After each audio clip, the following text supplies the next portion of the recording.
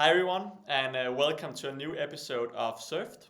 I'm Peter Beck, and I'm the CEO and co-founder of Campla. And I'm very happy to today introduce a very exciting guest, Henrik Jarleskog, who is the head of future of work at Sodexo. But I'll maybe give the word to you, Henrik, to give a little introduction of yourself.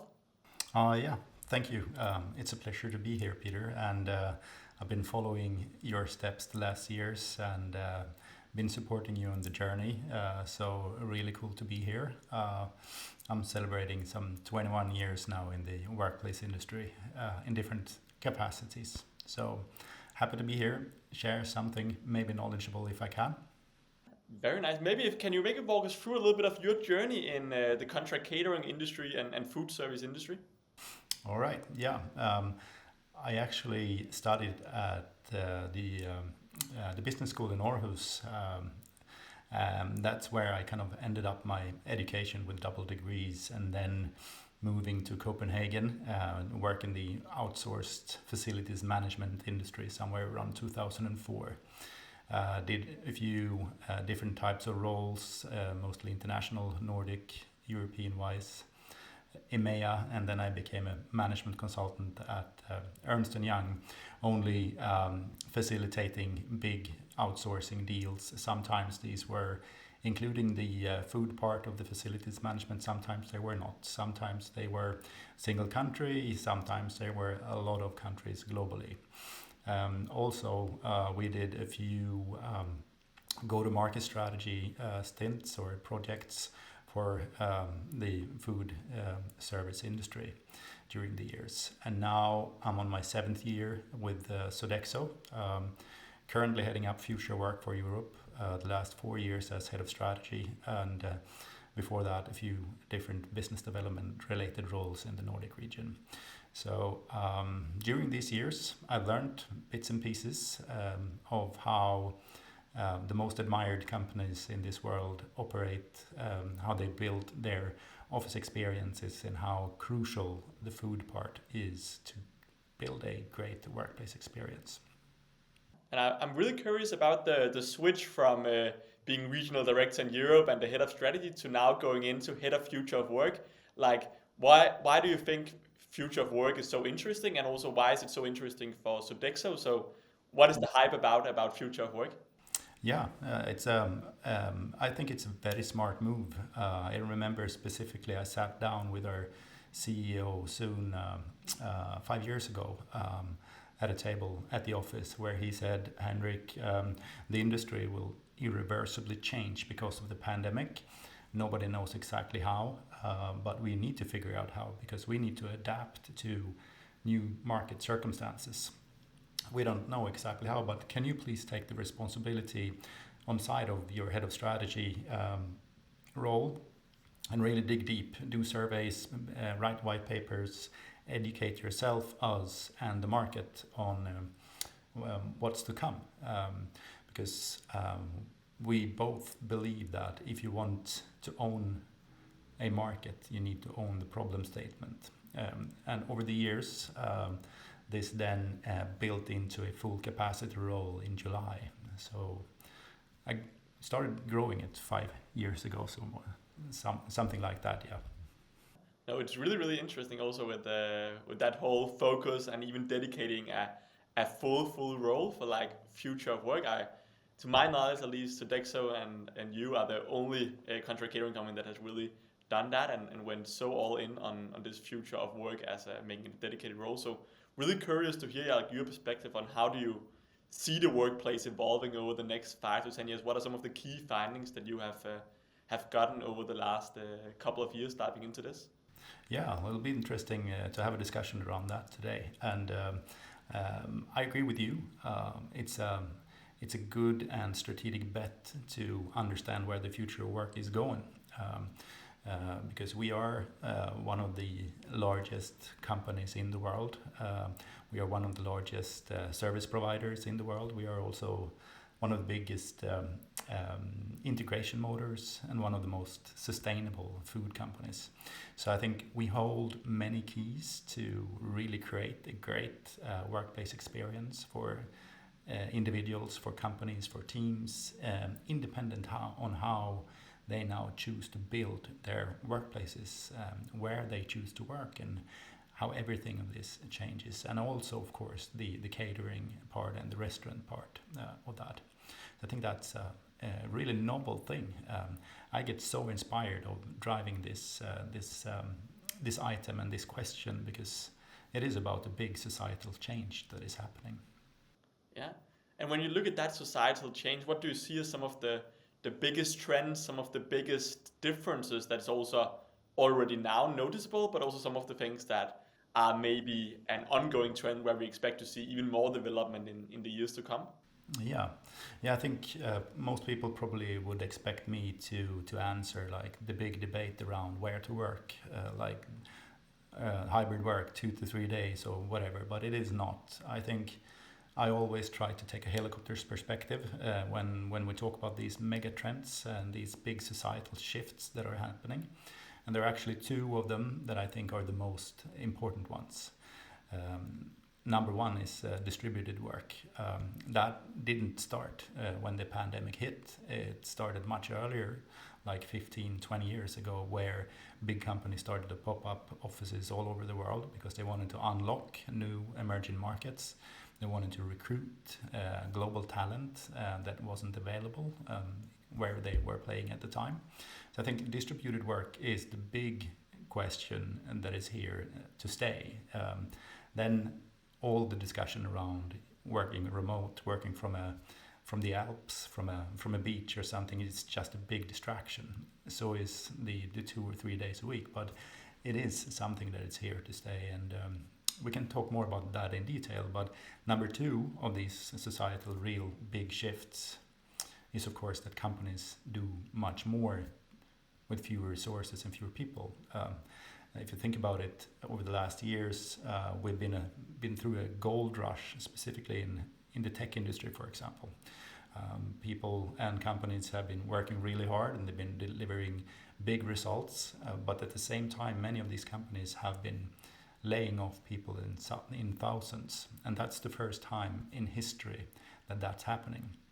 So companies are reskilling, they're upskilling, and they're hiring and firing at the same time. And that is really big shift that is happening. So these two combined with that companies are doing more with fewer people and distributed work. This is what hits workplaces the most. And of course, real estate and offices. You mentioned some different things, both regarding distributed work, working more asynchronous with your colleagues. You also mentioned something about AI driving more efficiency and generally workplaces becoming more efficient in the way they work. But there's still a lot of business leaders out there that are sitting and like, yeah, that's all great, and we'll definitely tap into those trends. But when it comes to the where to workplace, that's where they maybe get a lot of push from their employees. What do you say to those? Is it what will you recommend them to do, both regarding the where to work, and maybe also how would you recommend them to focus on the other things as well, regarding efficiency, regarding distribution and asynchronous work? Yeah, these are the questions that I work with every day, every week nowadays, where I give advice to the leadership teams of our clients. So I'm not working internally with the future work question, but I'm working for our clients. I think that's needed to be said before I start dissecting that or unpacking that answer.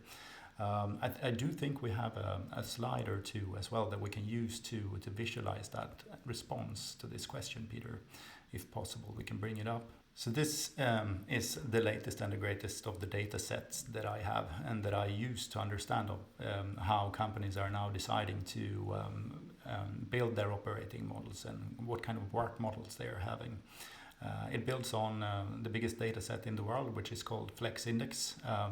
Over 9,000 companies and 120 million employees in that data set. And they have a benchmarking tool with 15 to 20 different metrics where they capture that for different companies. And you can understand things like how many offices, square meters, the behaviors they have, or kind of the policy and how they are moving in and out of their offices. So that's the latest picture I have, where I would say, generalize a bit to respond to your question. You look at the full-time in office companies, the structured hybrid companies, and the fully flexible ones.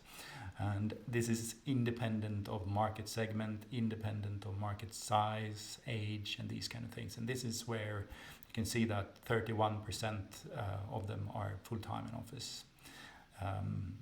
37% are structured hybrid, meaning that there is an expectation that people should be in the office for some specific time. Most common is either 2 days a week or 3 days a week. Then you have the fully flexible ones where there is no expectation of at all to be in the office, but they can be if they want to. So I think that's the way of generalizing the start of this response to your question. What is interesting to see that Flex Index also measures these percentages on a quarterly basis. So full-time in office is the fastest shrinking model, structured hybrid is still the fastest growing, and fully flexible has been somewhat stable over the last quarters, going back a couple of years. So it's no big movements, but this has kind of become more or less the picture right now. And I think it differs quite a bit. If you talk to someone on the street, they would probably say that, oh, there are so many people, so many companies forcing their people back to the office. That's not really true, I think, but that's what get clicks. And really mind-blowingly, I would say, if you look a little bit lower in this slide, you see that the full-time in office companies, they are working synchronously, meaning that they do everything at the same time as their colleagues, like we always have done in the classic ways of working from an office. And structured hybrid companies, they are also still doing synchronous work. So they're more or less lifted the old school ways of working into digital screens, but they sit in different places. This is also why there is so much friction and frustration around hybrid work. Fully flexible companies, they have learned more to work asynchronously because they have been studying over the last years what works and what does not work, and what kind of tools they need to have to stay productive and really perform. So yeah, I think it's a pretty good picture.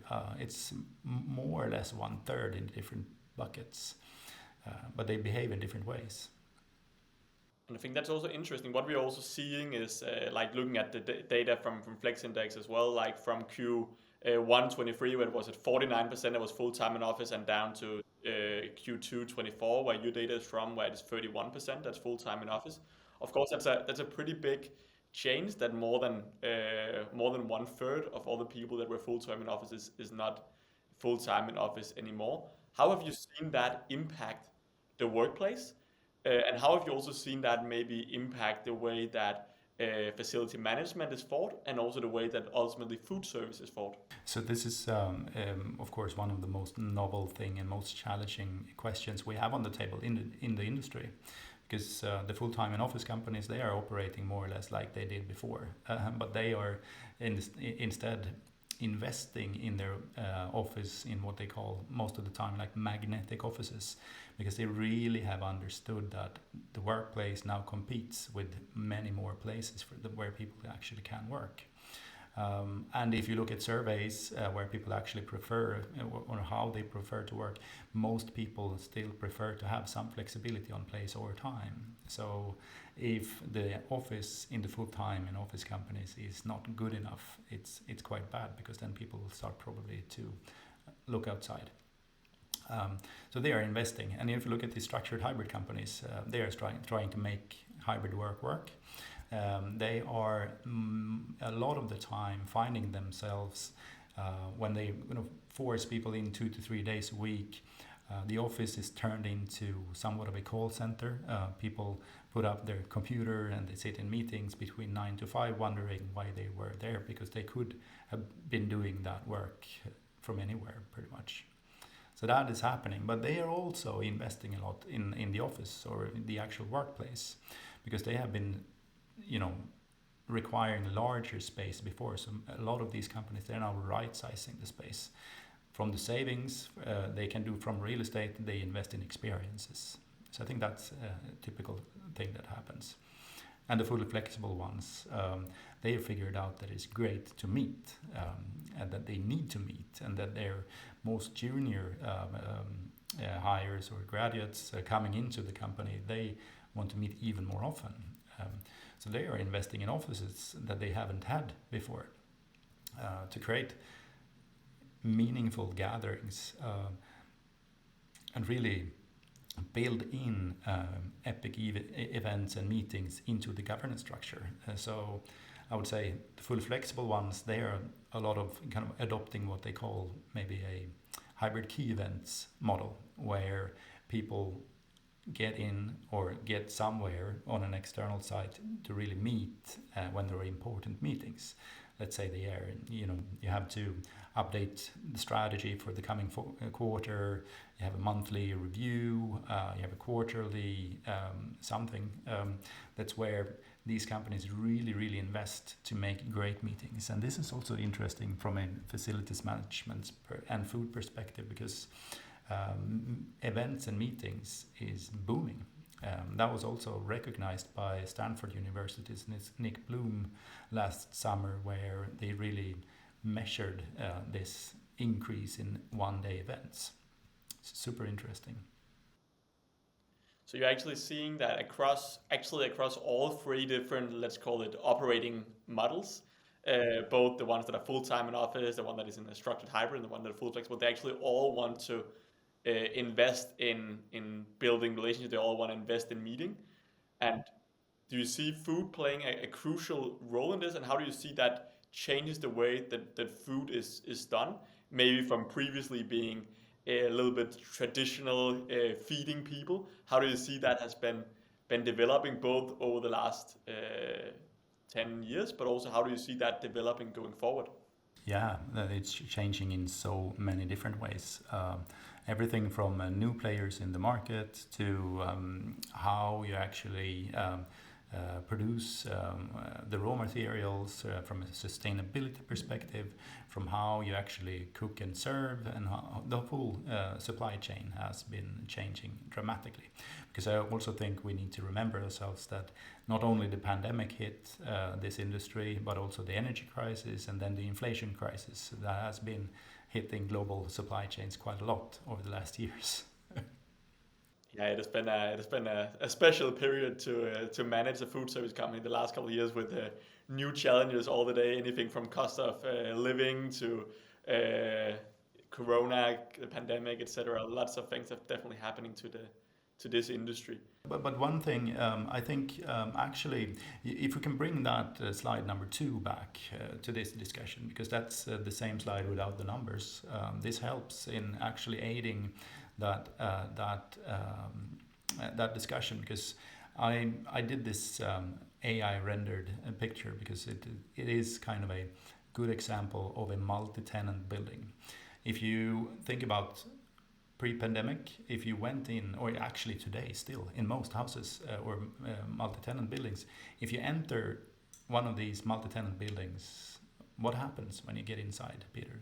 Generally, if you like. You're getting into a reception or some sort where you are asked who are you to see, or yeah, why are you here? Pretty much, that's it. So it's a pretty boring exercise, right? You get into a house and there is a reception, maybe security guards. If you're lucky, they say hello. Maybe there's a logo on the wall, maybe a sofa. That's it. So what we see right now is that this is unused space. If you really want to create a great workplace experience, this is something I see throughout Europe and the rest of the world as well.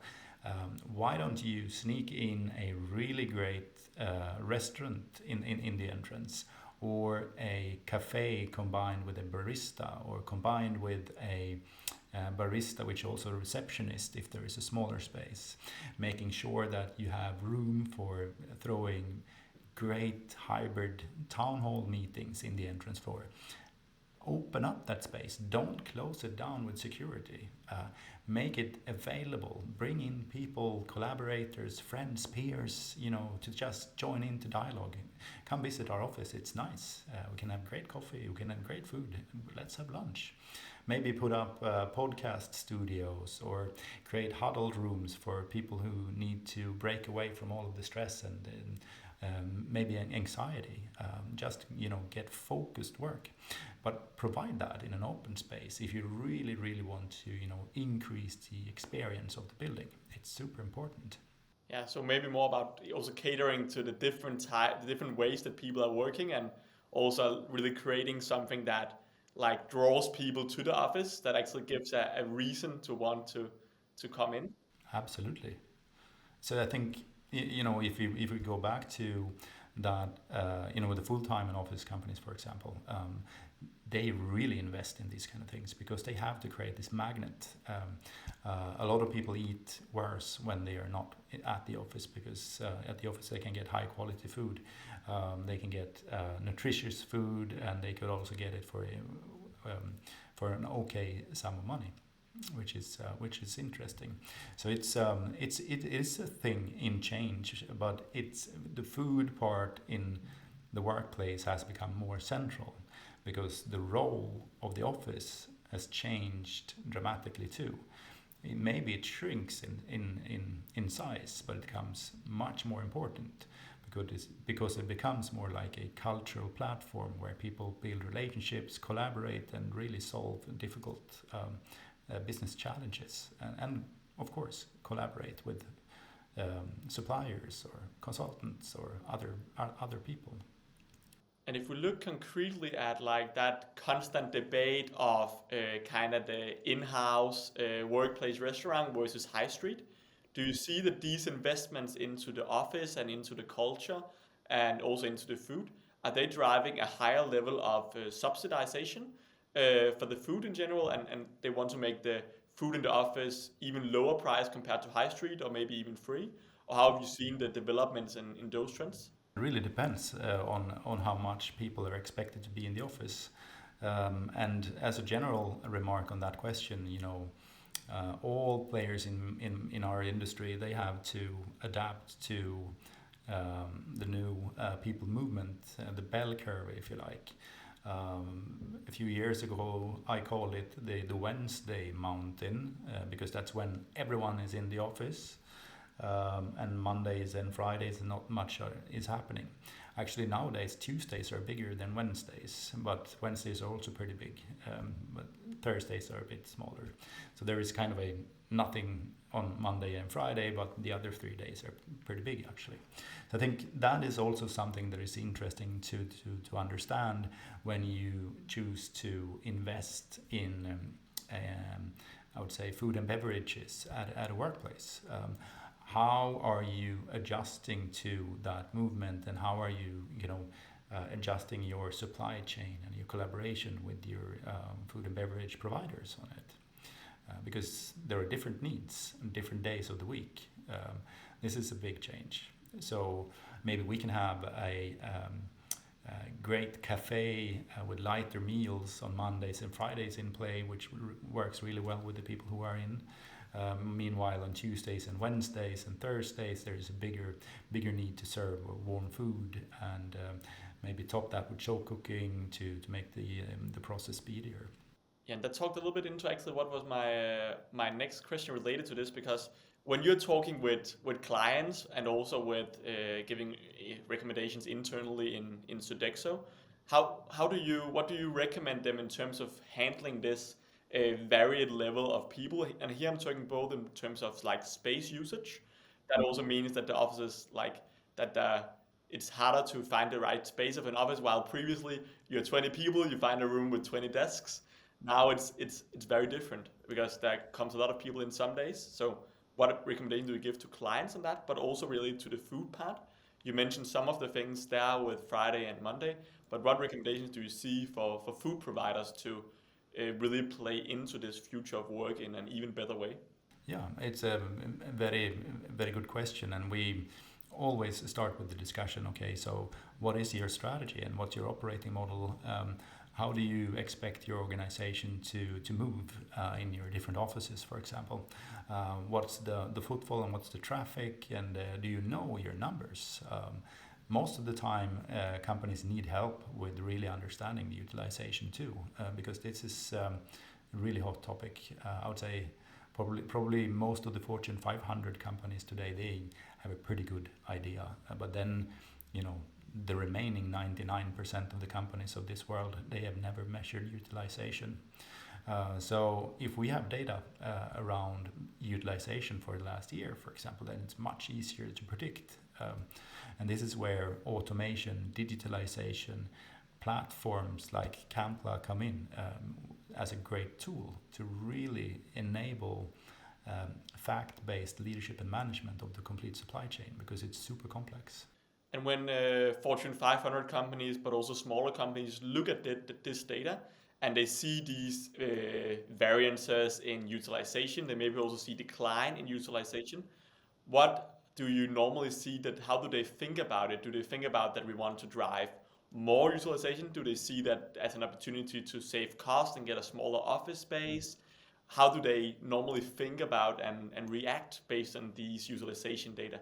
So again, we have to look at the three different buckets. It's one type of dialogue to have with full-time and office leaders, different dialogue with the structured hybrid company leaders, and the fully flexible is a third different dialogue and a different game to play for us, because our job is to make sure that people are satisfied and really happy with the food and beverages and all of the services around it. So the full-time in office, that's the easiest part, right? Because that's what we've been handling over the last decades.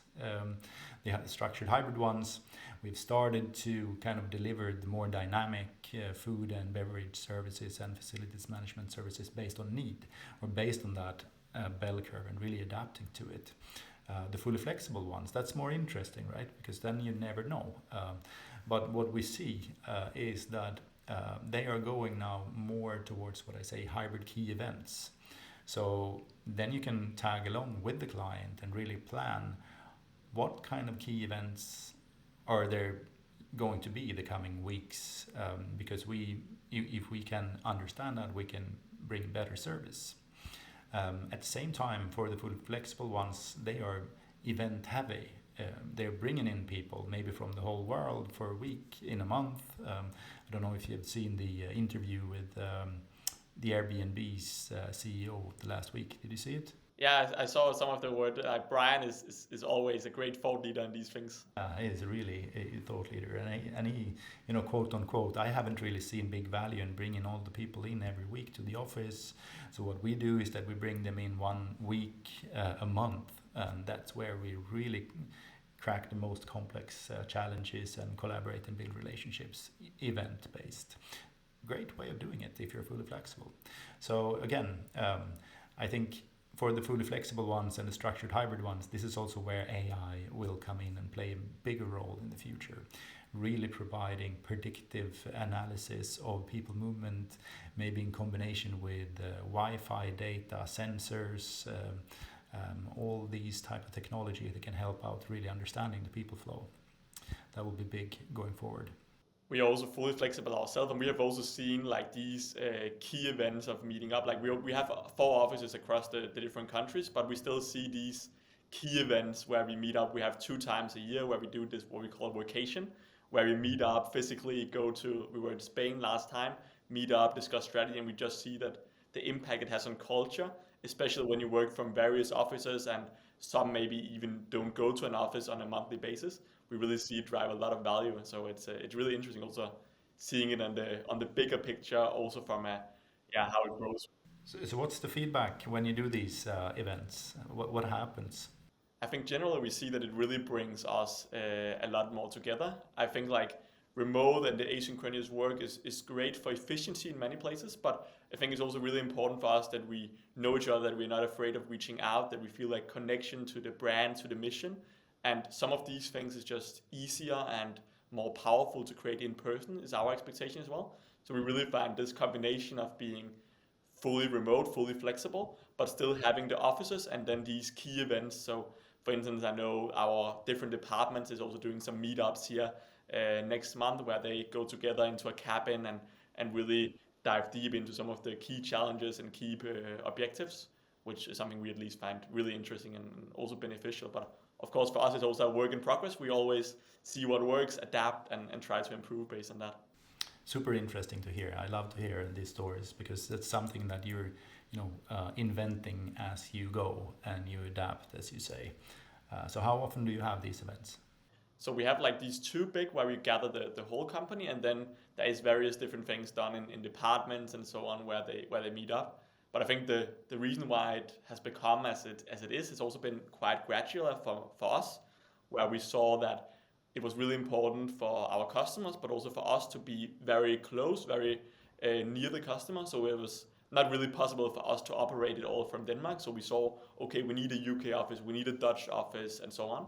So that was one of the drivers of getting multiple offices. But then we also saw that the talent density, like if we only look at, we are originally from Aarhus, if we only look at a city like that, it's hard to really get the top talents for every position. And the number of candidates with the high level of talent that we want to get can suddenly get quite limited, which is the second driver of why we have chosen to go the way we are today. And it has kind of come quite naturally. We also have one of my co-founders, Robert, was fully remote very, very early and as a big believer and also been a big part of pushing the company vision on this front. Super cool. And that's really representative of what I also hear when I'm talking to fully flexible companies. This is the type of way most companies are structuring it, building in get-togethers into the governance structure, because it's so important to really build those relationships. And what is happening during those events is also super important, right? If you would throw a 2 or 3 days event 2 times a year and the food is bad, you know, you would hear it from the organization. Yeah, for sure, for sure. I think if we go a little bit back, Henrik, to some of the bigger companies and maybe also the ones either doing a structured remote or doing a full-time in office, which role do you generally see like platforms and technology play both in the future of work piece, but also in the dining experience? Yeah, so this is something that is setting currently because there are a number of changes on executive leadership team levels. In larger companies, CHROs are getting more and more, I would say, the responsibility of running the workplace or ways of working as well.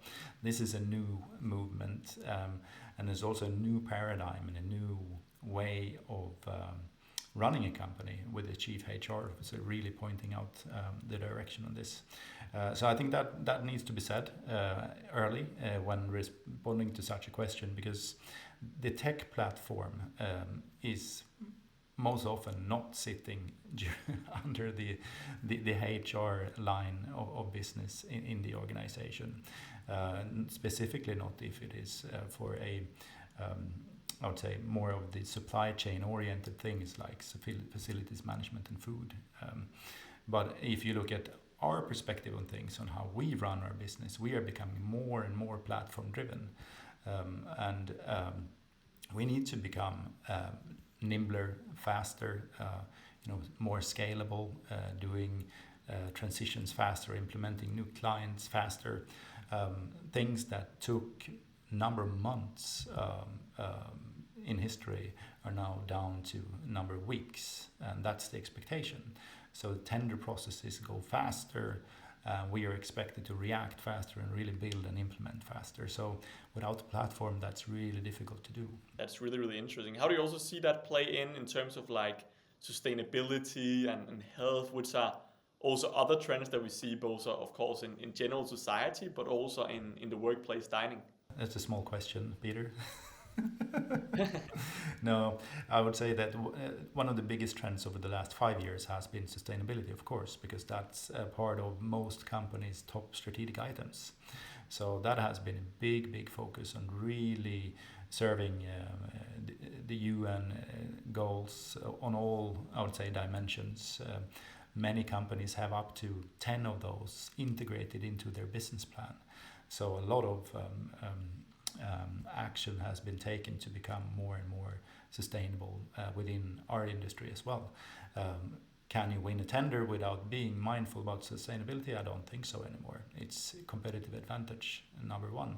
Yeah, that's also what we are seeing a lot, that like both the food service companies but also the clients, they see this as being increasingly important. Anything from being able to see detailed nutritional information, CO2 information, make active decisions based on those things, but also working with the food waste and the whole yeah, origin of ingredients and so on is something we're seeing big developments on. So definitely. Yeah, and if you have that on one platform, right, becomes much easier to manage and operate, and as well to get the right type of information at the right time.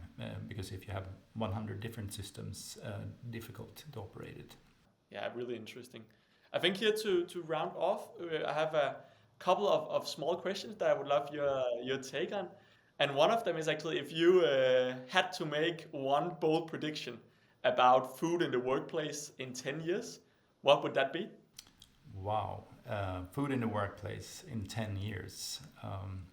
I do believe that over time, over the years to come right now, organizations will be smaller because they will, be stacked by people who do bigger results with fewer people.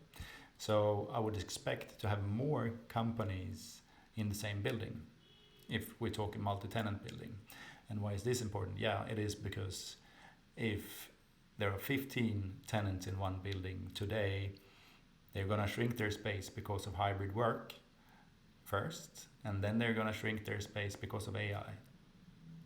So a lot of more companies will sit in the same buildings to fill them. That's more sustainable.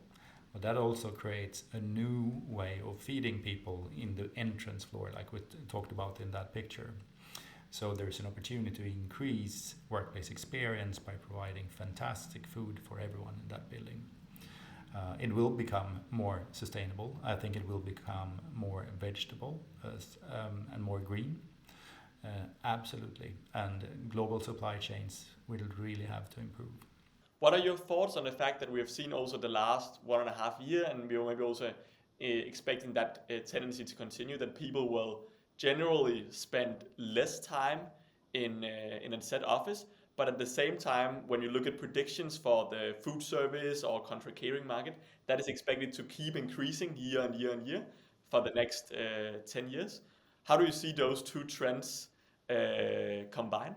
I don't think anyone knows the answer to that one, but people will always want to meet with peers. That's always the number one. Why do you go into your office? Because I want to meet with my peers. So that will always happen, and I think there is a wave right now with return to office.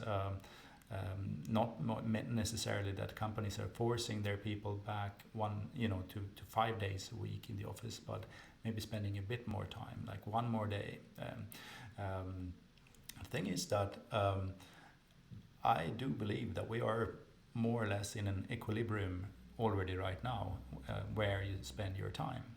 So I think for a food service provider, it's about adapting to that. Because people are working from many more places, that means that there are many more places to get revenue from. Interesting.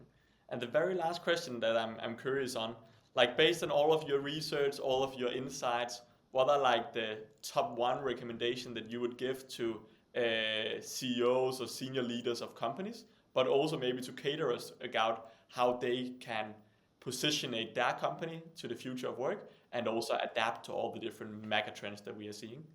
So when you're designing your next generation workplace strategy, be intentional about how you're going to do it.